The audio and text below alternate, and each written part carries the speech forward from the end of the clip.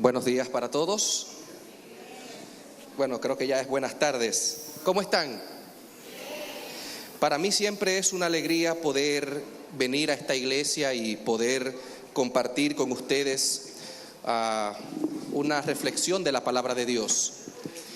Cuando el pastor me pidió que estuviera con ustedes, hacía ya un tiempito, por cierto, que no estaba, ya estaba casi celoso, y le pregunté: pastor, ¿qué está pasando en la iglesia? ¿Cómo está la iglesia? Me gustaría saber qué planes hay, cómo se están portando los hermanos, cómo está la iglesia. Y entonces me dijo: mira, Jorge, este mes de noviembre la iglesia de los peregrinos tiene una jornada de evangelismo. Así que cuando estaba preparando qué iba a compartir con ustedes en esta oportunidad, pues pensé en el esfuerzo que cada iglesia y cada miembro del cuerpo de Cristo realiza para alcanzar a otras personas para el reino de Dios. Y déjenme decirles algo bastante sencillo y todos lo conocemos. Jesús dijo en Mateo capítulo 24 que la señal de que su venida estaría cerca, la señal, la principal, Jesús dijo: será predicado ¿qué cosa? Será predicado este evangelio del reino. ¿En cuántos lugares? A todas las naciones. Y entonces vendrá ¿qué cosa? Así que siempre es un motivo de mucha alegría, de mucho entusiasmo para la iglesia prepararse y compartir el evangelio, porque entendemos que estamos contribuyendo a la pronta venida de nuestro Señor Jesucristo. Pero yo quisiera en esta mañana, en esta tarde, que pensemos un poquito en los números fríos. Nuestro planeta hace ya unos cuantos años superó los 7,000 millones de habitantes. Nuestro planeta tiene 7,000 millones de habitantes. ¿Saben ustedes cuántos de esos 7,000 millones de habitantes son cristianos? Aproximadamente 2,200 millones. Solamente una tercera parte de la población mundial profesa ser cristiano. Hay aproximadamente 1,500 millones de musulmanes en el mundo. Hay aproximadamente 1,100 millones de personas que se declaran agnósticos o ateos. Hay aproximadamente 900 millones de hindúes. Hay aproximadamente 376 millones de budistas en el mundo. Y otros miles y miles y miles de grupos religiosos, animistas, sintoístas y demás. Sin embargo, nosotros como adventistas nos sentimos orgullosos. Nuestra iglesia, ¿saben ustedes que es una de las de más rápido crecimiento en el mundo? Bautizamos 1 millón de personas aproximadamente cada año. Y a ese ritmo que vamos, ya somos 20 millones de adventistas del séptimo día en el mundo. Yo digo amén por eso. Pero de nuevo, cuando miro los números, en realidad yo me preocupo. A ver, ayúdeme con el cálculo. Si somos 7,000 millones de habitantes en el mundo y los adventistas bautizamos 1 millón de personas por año, ¿qué tiempo nos tomaría llevar el evangelio verdaderamente a todo el mundo? 6,000 ¿cuántos? 6,980 años, bautizando 1 millón cada año. Así que aunque tenemos mucho de qué estar orgullosos, tenemos mucho que agradecer a Dios. El evangelio, el mensaje adventista se está predicando, se está proclamando, se está expandiendo la iglesia. Pero en realidad en esta tarde yo quiero que nos preguntemos seriamente, considerando los números, ¿cómo terminaremos esta gran obra que tenemos por delante? Yo quisiera que usted se pregunte,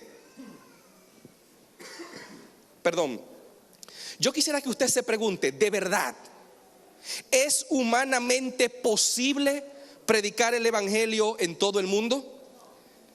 ¿Cómo podemos nosotros llevar el evangelio? Somos un grupito. Los cristianos somos el 30% de la población mundial.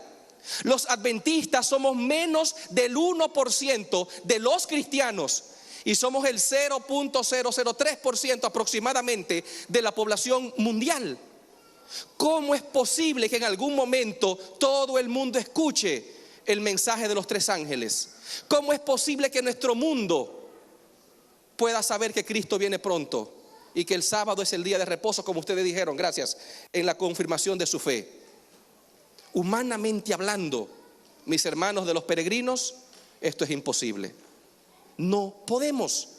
O sea, ¿dónde vamos a encontrar la fuerza? ¿Dónde podemos encontrar el impulso que nuestra iglesia necesita? La predicación del evangelio parece un sueño de los predicadores, parece un mito. Y pensando precisamente en los números, yo quisiera compartir unos cuantos pasajes de la Biblia. Pero antes de abrir la palabra de Dios, yo quisiera compartir una realidad que usted y yo debemos tener presente cada vez que predicamos el evangelio y cada vez que compartimos el mensaje con una persona que no conoce de Jesús. Y quiero que preste atención. La misión de llevar el evangelio al mundo no es nuestra misión.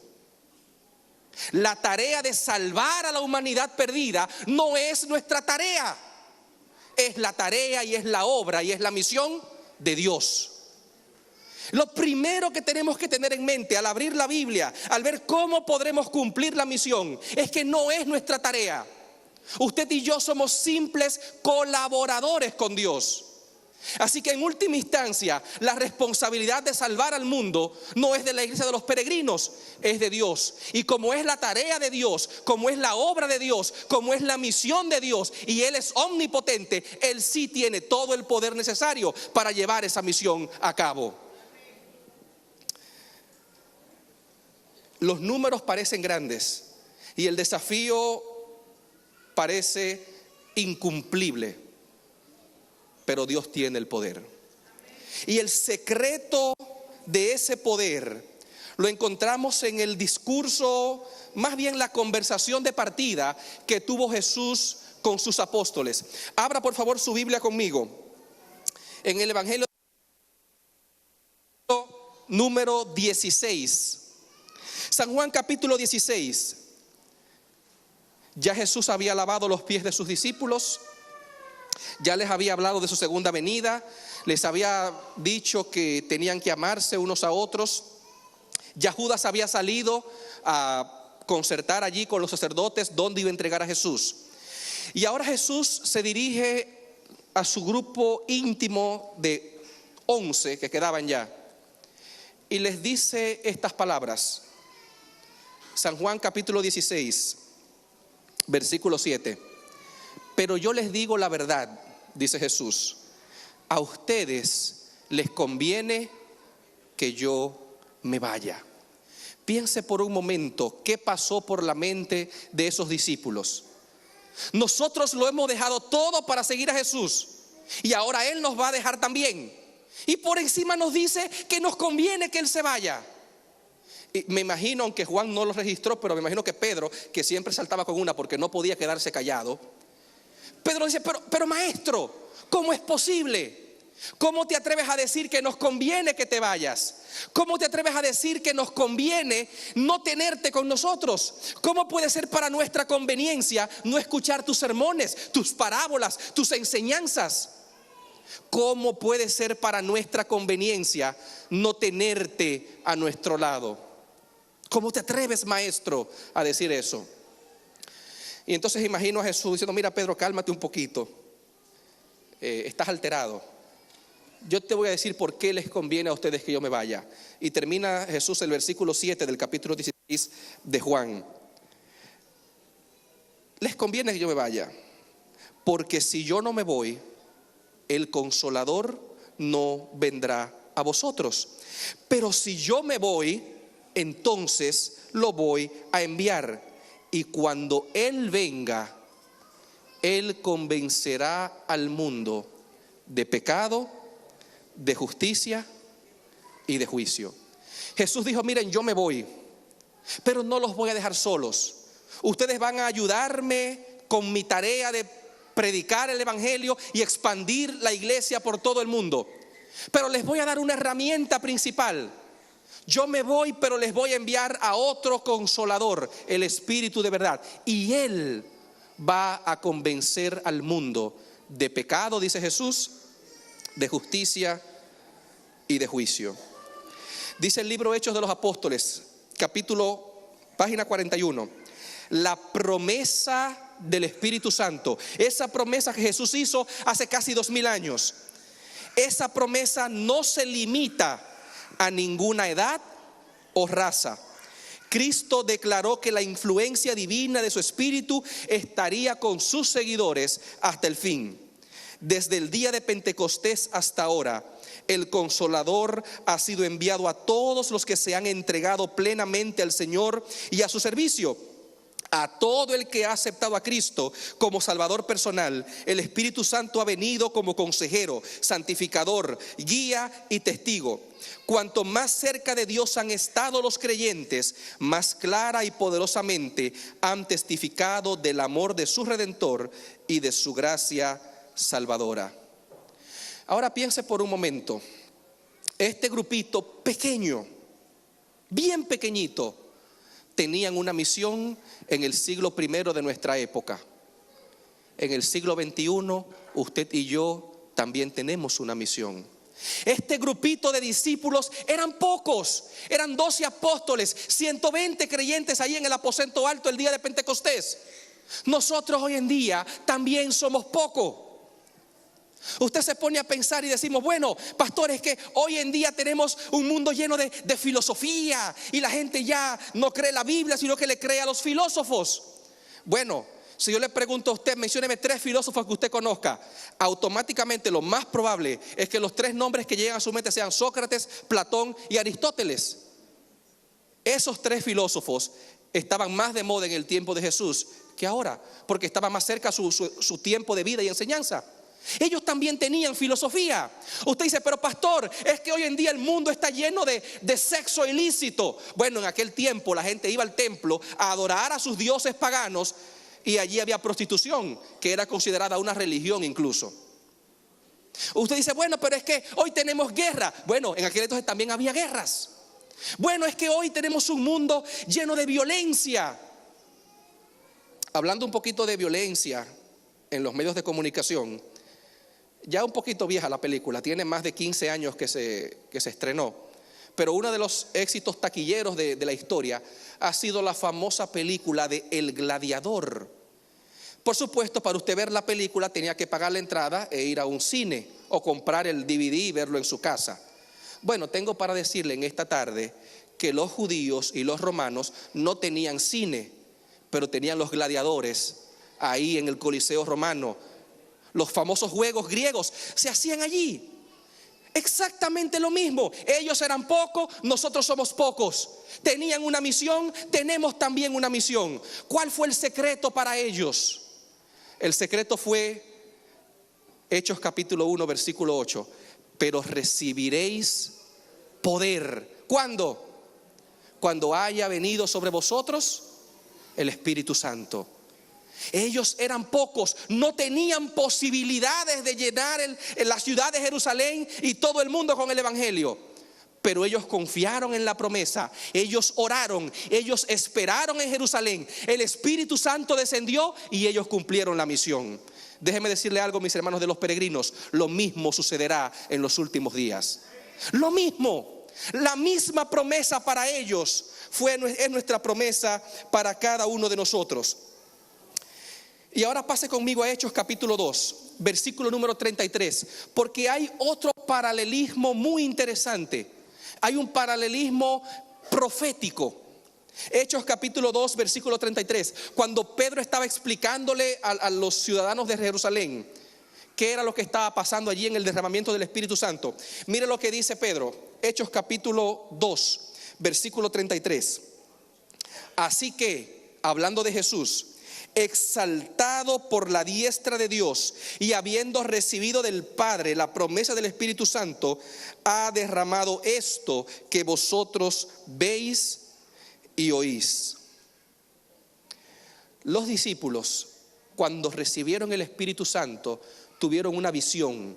Ellos se dieron cuenta que ese acontecimiento estaba conectado a lo que Cristo estaba haciendo en ese momento en el cielo. Los discípulos, después de la muerte de Cristo, quedaron sumamente chasqueados, sumamente desencantados y decepcionados. Pensaron que ese era el fin de todo. Pero al darse cuenta de que Cristo había ascendido a la diestra del trono de Dios y allí había recibido del Padre el Espíritu Santo para darlo a su iglesia, ellos recibieron el poder para predicar el Evangelio. 1800 años después, hubo otro grupito de creyentes. Un grupito de creyentes que, así como los discípulos, quedaron encantados y maravillados porque pensaban que el reino había llegado y que el fin ya estaba cerca. Al igual que los discípulos, ese grupito de creyentes predicó a todo el mundo que Jesús venía pronto y que ya el mundo se estaba acabando. Al igual que los apóstoles, ese grupito quedó sumamente chasqueado cuando Jesús no vino el 22 de octubre de 1844. Al igual que los discípulos, ese grupo pequeñito de cristianos y creyentes que no tenía ninguna posibilidad humana de predicar el Evangelio, dirigieron su atención al cielo y vieron lo que allí estaba pasando. Y se dieron cuenta que en 1844 Jesús había empezado una nueva obra. Y así como los discípulos, al contemplar a Cristo en el cielo, recibieron el poder para predicar el Evangelio, asimismo ese grupito pequeño, insignificante de creyentes, al mirar al santuario celestial, recibieron también el primer impulso para predicar el Evangelio a toda nación, raza, tribu, lengua y pueblo. Y aquí estamos 174 años después, predicando todavía el Evangelio. De 3.500 al principio, ya hoy somos más de 20 millones de adventistas del séptimo día. Y hay algo que me llama la atención de esta promesa que Jesús nos da para predicar el Evangelio. Y es que cuando usted analiza en el Antiguo Testamento, Dios derramó su Espíritu Santo en el Antiguo Testamento. Pero si usted se fija en el Antiguo Testamento, Dios derramaba el Espíritu Santo sobre individuos. Moisés, por ejemplo, fue lleno del Espíritu Santo. Elías, dice la Biblia que el Espíritu de Dios vino sobre él. Los profetas, cuando profetizaban, recibían el Espíritu de Dios. Pero en el día de Pentecostés pasó algo diferente, algo que Dios nunca había hecho antes. De hecho, en el Antiguo Testamento, el derramamiento más grande del Espíritu Santo fue en el campamento de Israel, cuando 70 personas recibieron el Espíritu Santo y todos profetizaron. Pero en Hechos capítulo 2, Dios hace algo nuevo, algo que nunca antes había hecho. Acompáñeme a leer Hechos capítulo 2, versículo número 1 hasta el versículo 4. Cuando llegó el día de Pentecostés, estaban todos como unánimes, juntos, y de repente vino del cielo un estruendo como un viento recio que soplaba, el cual llenó toda la casa donde estaban sentados, y se les aparecieron lenguas de fuego asentándose sobre cada uno de ellos, y fueron ¿cuántos? Todos llenos del Espíritu Santo, y hablaron y comenzaron a hablar en lenguas según el Espíritu les daba a que hablasen. A veces cuando hablamos del Pentecostés pensamos que solamente Pedro y que solamente los 12 apóstoles recibieron el don del Espíritu Santo, hablaron en lenguas y predicaron. Pero la Biblia dice que el Espíritu Santo se derramó sobre ¿cuántas personas? Sobre todos. Desde el día de Pentecostés hasta el presente, la promesa del Espíritu Santo no es para una sola persona, no es para el pastor, no es para los ancianos, no es para la junta de la iglesia. Es una promesa para todos. Y miren ustedes lo que dice Pedro cuando cita a Joel en el mismo libro de Hechos, capítulo número 2, versículo 16 en adelante. Y quiero resaltar 3 cosas de este pasaje. Mas esto fue dicho por el profeta Joel, dice Pedro: en los postreros días, dice Dios, derramaré mi espíritu sobre cuánta carne. ¿Sobre cuánta carne? Sobre toda carne. Y ahora Pedro lo desglosa en por lo menos 3 elementos. Número 1, vuestros hijos y vuestras hijas, ¿qué cosa dice la palabra? Profetizarán. Número 1, Dios no hace acepción de género. Él promete derramar su Espíritu Santo sobre los hijos varones y sobre las hijas. No importa si usted es hombre o mujer, la promesa del Espíritu Santo es para usted. Número 2, dice Pedro: vuestros jóvenes verán visiones y vuestros ancianos soñarán sueños. Número 2, Dios no hace acepción de edad. Dios promete derramar su Espíritu Santo sobre hombres y mujeres, sobre jóvenes y sobre ancianos. Número 3, y sobre vuestros siervos y siervas derramaré mi espíritu y predicarán. Dios no hace acepción de estatus o rango social. Para Él todos somos siervos y somos siervas. Dios no hace acepción ni de género, ni de edad, ni de estatus social.